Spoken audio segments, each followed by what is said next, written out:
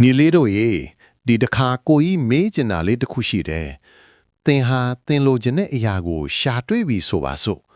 အိမ်မက်အလုပ်ချစ်တဲ့သူငွေကြေးအောင်မြင်မှုအဲ့ဒီအခါမှာသင်ဘာလုပ်မလဲ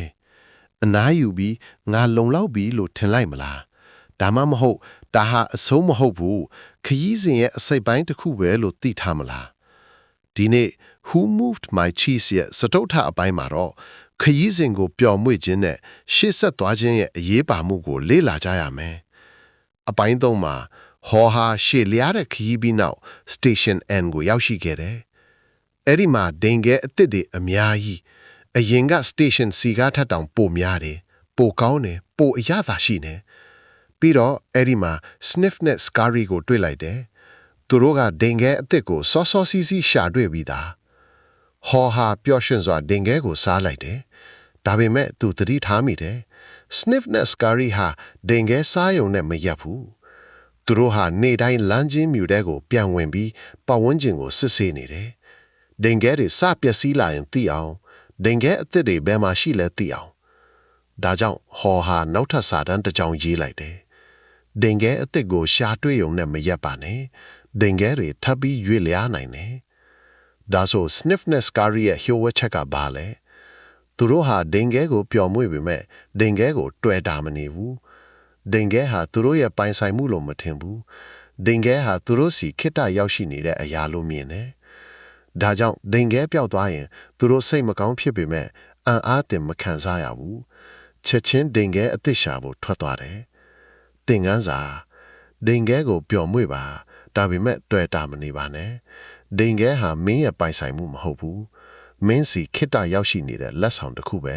ဟောဟာ Station N မှာရက်အတော်ကြာနေပြီးနောက်စဉ်းစားမိတယ်ငါဒီခီးစဉ်ကနေဘာရရခဲ့လဲဒင်ခဲအသစ်တွေတင်လာသူတိလိုက်တယ်သူရခဲ့တဲ့တကယ်ယရနာကဒင်ခဲမဟုတ်ဘူးသူတင်ယူခဲ့တဲ့သင်ခန်းစာတွေပဲကြောက်ရွံ့မှုကိုဘလို့ကြော်ဖြတ်ရမလဲလမ်းသစ်ကိုဘလို့ရှာဖွေရမလဲပြောင်းလဲခြင်းကဘလောက်လွတ်မြောက်စေသလဲဒင်ခဲထက်ခရီးစဉ်ကပိုအရေးကြီးတယ်။ဒါကြောင့်ဟောဟာနောက်ထပ်စာတမ်းတစ်ကြောင်ရေးလိုက်တယ်။ခရီးစဉ်ကသင်ပေးတဲ့သင်ခန်းစာတွေဟာဒင်ခဲထက်တောင်တန်ဖိုးရှိတယ်။ဒါပေမဲ့ဟမ်မောဟောဟာဟမ်ကိုသတိရတယ်။သူ့တငယ်ချင်းဟာ Station C မှာပဲရက်နေသေးတယ်။ဒင်ခဲပြန်လာမယ်လို့မျှော်လင့်နေသေးတယ်။တနေ့မှာဟောဟာဟမ်စီကိုပြန်သွားဖို့ဆုံးဖြတ်လိုက်တယ်။သူဟာလမ်းချင်းမြူကိုဖြတ်ပြီး Station C ကိုပြန်သွားတယ်။ဟမ်ကနေရာတနေရာထဲမှာထိုင်နေတော့မယ်ပိန်ပိန်ကြောက်ကြောက်စိတ်တက်ကြနေတယ်ဟောဟမ်ကိုပြောတယ်ငါဒင်ခဲအသစ်တွေတွေ့တယ်လမ်းသစ်ထဲမှာဒင်ခဲတွေအများကြီးရှိတယ်ငါနဲ့လာခဲ့ဟမ်ကညင်းဆန်တယ်ငါမသွားဘူးဒီဒင်ခဲပြန်လာလိမ့်မယ်ငါစောင့်နေမယ်ဟောဟာစိတ်မကောင်းပေမဲ့ထွက်သွားတယ်သူသိတယ်ပြောင်းလဲဖို့ဆုံးဖြတ်ချက်ကလူတစ်ယောက်ချင်းစီရဲ့ကိုယ်ပိုင်ဆုံးဖြတ်ချက်ပဲတခြားသူမဆုံးဖြတ်ပေးနိုင်ဘူး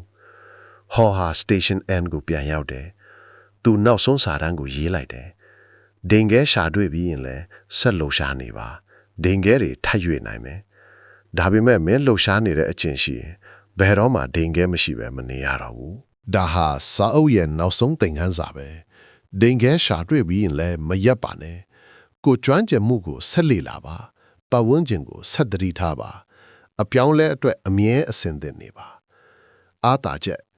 ဒီအပိုင်းကအောင်မြင်ပြီးနောက်မှလည်းရက်မနေဖို့သတိပေးတယ်။တွေ့တာမနေပဲပျော်မွေ့ခြင်းဟာစိတ်အေးချမ်းမှုကိုပေးတယ်။ဟမ်ရဲ့ပုံစံကညှင်းဆန်ခြင်းရဲ့အဆုံးသတ်ကိုပြသထားတယ်။အားနည်းချက်တချို့အတွက်တော့အောင်မြင်ပြီးရင်လည်းဆက်လှုပ်ရှားနေဖို့ဆိုတာပင်ပန်းစရာလို့ထင်ရနိုင်တယ်။ဒါပေမဲ့ဒါဟာရေရှည်အောင်မြင်မှုရဲ့လျှို့ဝှက်ချက်ပဲ။ညီလေးတို့ဒီနေ့ကိုကြီးပြောပြခဲ့တဲ့အထဲမှာညီလေးအတွက်အထူးသဖြင့်အသုံးဝင်မဲ့သင်ခန်းစာကဘာလဲ။ဒီနေ့ကစပြီးတင်ရရှိထားတဲ့ဒင်ခဲတွေကိုပြန်ကြည့်ပါအလို့ဆက်ဆံရေးကြံပါရေးသူတို့ကိုပျော်မွေ့ပေမဲ့ဒါကငါပိုင်ဆိုင်မှုလို့မထင်ပါနဲ့နေ့စဉ်9မိနစ်လောက်ဒီမေးခွန်းကိုမေးပါငါရဲ့ဒင်ခဲဒီနေ့ဘယ်လောက်လက်ဆက်သေးလဲငါဘာကြိုတင်ပြင်ဆင်ထားလဲဒီအလေးကျင့်လေးကတစ်နှစ်အတွင်းညီလေးရဲ့ရေရှည်အောင်မြင်မှုကိုဘယ်လောက်တည်ငြိမ်သွားစေမလဲဆိုတာတွေးကြည့်ပါ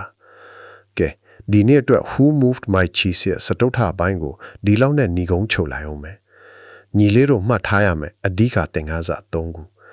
ဒိန်ငဲကိုပျော်မွေ့ပါတွေ့တာမနေပါနဲ့ခရီးစဉ်ကဒိန်ငဲထပ်ပိုရေးကြည့်တယ်တင်ယူခဲ့တဲ့သင်ခန်းစာတွေဟာထာဝရတန်ဖိုးရှိတယ်ဆက်လို့ရှားနေပါ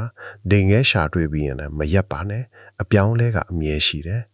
နောက်ဆုံးအပိုင်း9မှာတော့ဒီ series တစ်ခုလုံးရဲ့ချီ